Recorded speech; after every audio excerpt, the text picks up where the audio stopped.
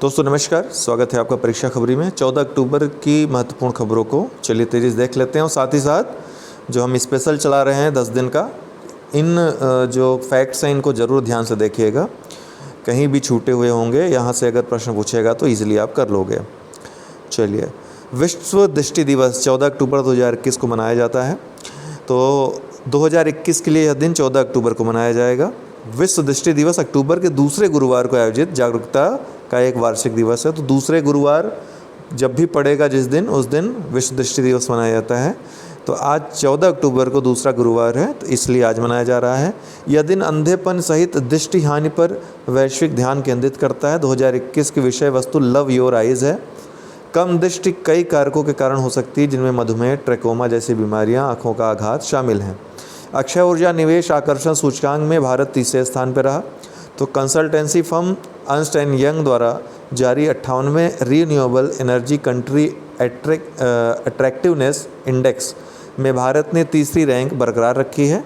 RECAI अपने नवीकरणीय ऊर्जा निवेश और तैनाती के अवसरों के आकर्षण के आधार पर विश्व के शीर्ष 40 बाजारों को रैंक करता है। अमेरिका और चीन क्रमशः पहले और दूसरे स्थान पर हैं।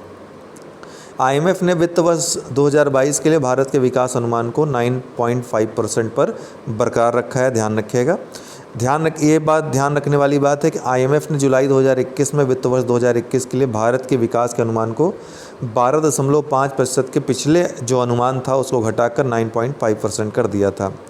इसके साथ ही इसका कहना है कि वैश्विक विकास जो है 6% से मामूली जो 6% का अनुमान था 5.9% पे इसने रख दिया है। ठीक है, अच्छा 2022-23 के लिए भी अनुमान इसने जारी किया है, तो 8.5% कर दिया है। पहले कम था, 6 पॉइंट समथिंग था या 4 पॉइंट समथिंग, याद नहीं आ रहा है, लेकिन इसको बढ़ाकर 8.5% कर दिया है। ये ध्यान रखिएगा 2022-23 में।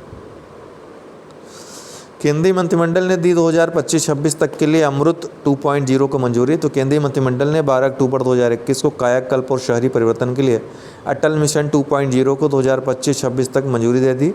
अमृत 2.0 को प्रधानमंत्री नरेंद्र मोदी ने 1 अक्टूबर 2021 को लॉन्च किया था। अमृत 2.0 का लक्ष्य लगभग 2.68 करोड़ नल कनेक्शन प्रदान करके लगभग 4700 शहरी स्थानीय निकायों के सभी घरों में पानी की आपूर्ति का 100% कवरेज प्रदान करना है। नडेला को मिला सत्या नडेला को मिला CKP award for global business sustainability leadership.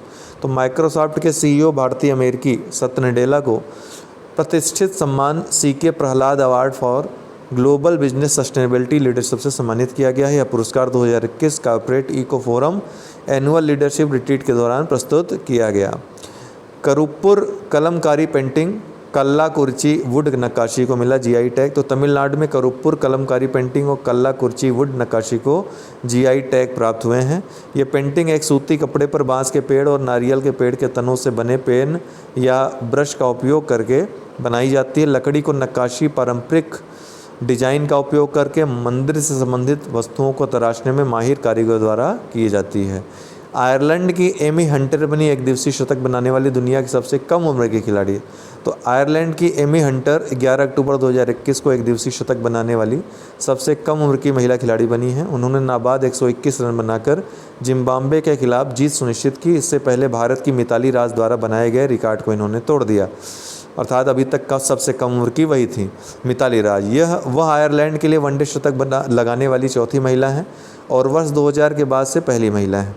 Hunter ने 15 वर्ष की उम्र में स्कॉटलैंड के खिलाफ अंतर्राष्ट्रीय क्रिकेट में पदार्पण किया था। जनता सहकारी बैंक पुणे पर RBI ने लगाया 30 लाख रुपए का जुर्माना। बस इतना जानते रहिए वन लाइनर में। भारत आर्कटिक परिषद का पर्यवेक्षक 2013 में बना। ध्यान रखिएगा, आर्कटिक परिषद का पर्यवेक्षक 2013 में भारत बना पहली बार। फिर 2018 में 5 वर्षों के लिए पुनः इसको अध्यक्ष का पद दे दिया गया है, पर्यवेक्षक का पद दिया गया है, पर्यवेक्षक के रूप में शामिल किया गया है अगले 5 वर्षों के लिए। तो अभी हाल ही में चर्चा में रहा था भारत आर्कटिक परिषद, ये चर्चा में रहा था, तो इसलिए जो है ये प्रश्न आ सकता है। लीगल एंटिटी आइडेंटिफायर 1 अप्रैल 2021 से रिजर्व बैंक ऑफ इंडिया द्वारा ये शुरू किया गया है।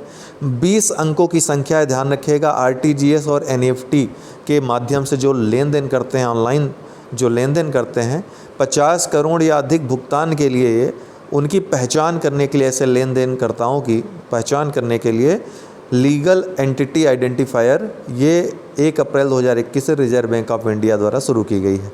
स्वस्थ वायु वेंटिलेटर है, स्वस्थ वायु जो CSIR के NIL जो इसका प्लेटफॉर्म है, इसके द्वारा स्वस्थ वायु वेंटिलेटर बनाया गया है। इसमें हेपा वायु फिल्टर भी लगाया गया है। तो HEPA हेपा एक वायु फिल्टर है, अलग से पूछ सकता है। शिक्षा पर सतत विकास हेतु शिखर सम्मेलन जो यूनेस्को द्वारा आयोजित किया जाता है, कहाँ पर आयोजित किया गया? तो बर्लिन जर्मनी में आयोजित किया गया मई 2021 में। FSSAI द्वारा ट्रांस फैटी एसिड की मौजूदा दर जो है, मौजूदा जो छूट है कि खाद्य वस्तुओं में 5% तक ट्रांस फैटी एसिड मिलाया जा सकता है, इसको 2021 में कम करके 3% कर दिया गया है।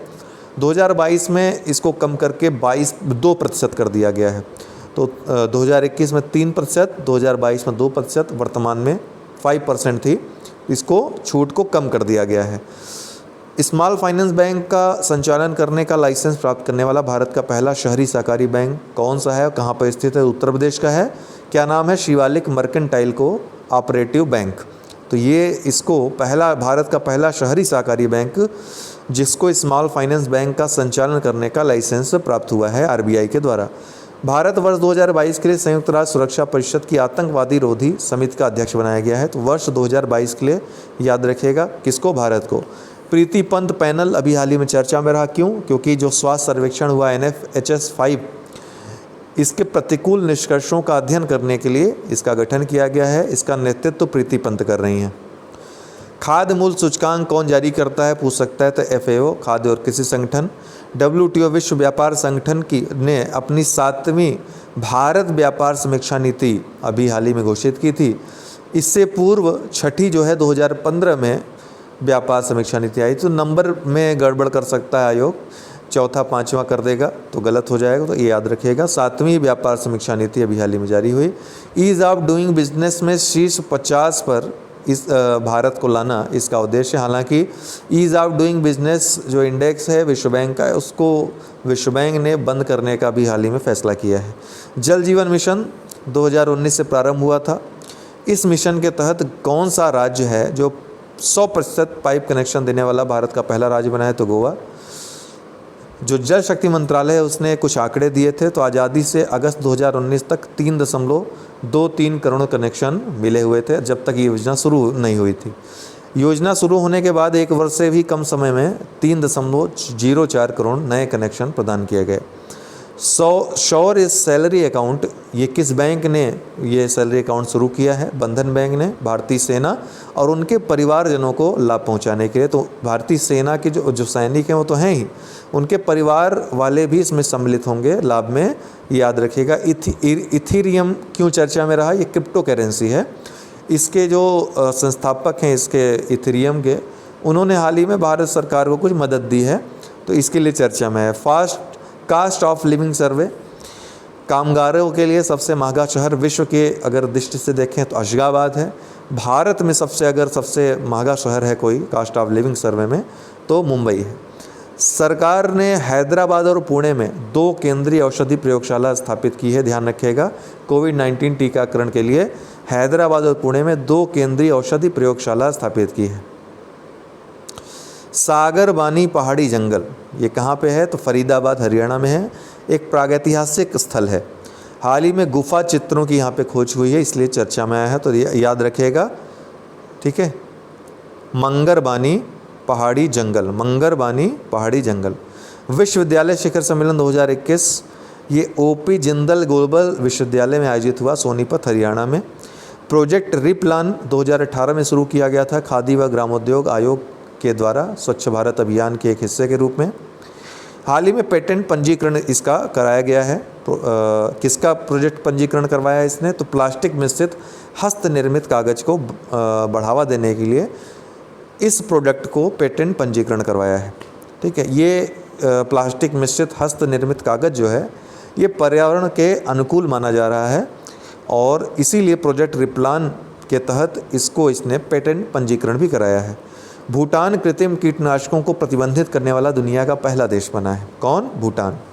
फरमीना क्या है? तो गूगल द्वारा अमेरिका, ब्राज़ील, अर्जेंटीना और उरुग्वे को जोड़ने वाली दुनिया की सबसे लंबी समुद्री केबल बिछाने वाली योजना है, जिसका नाम फरमीना है। गूगल ये सबसे बड़ी लंबी समुद्री केबल बिछाएगा। ऑपरेशन देवी शक्ति क्या है? भारत सरकार का मिशन है। भारतीय नागरिकों और अफ़गान सहयोगियों को अफ़गानिस्तान में जो संकट था उसे सुरक्षित वापस लाने के लिए एक जटिल अभियान चलाया गया था। ऑपरेशन देवी शक्ति इसका नाम रखा गया था। तो आज के लिए इतना ही। बहुत बहुत धन्यवाद।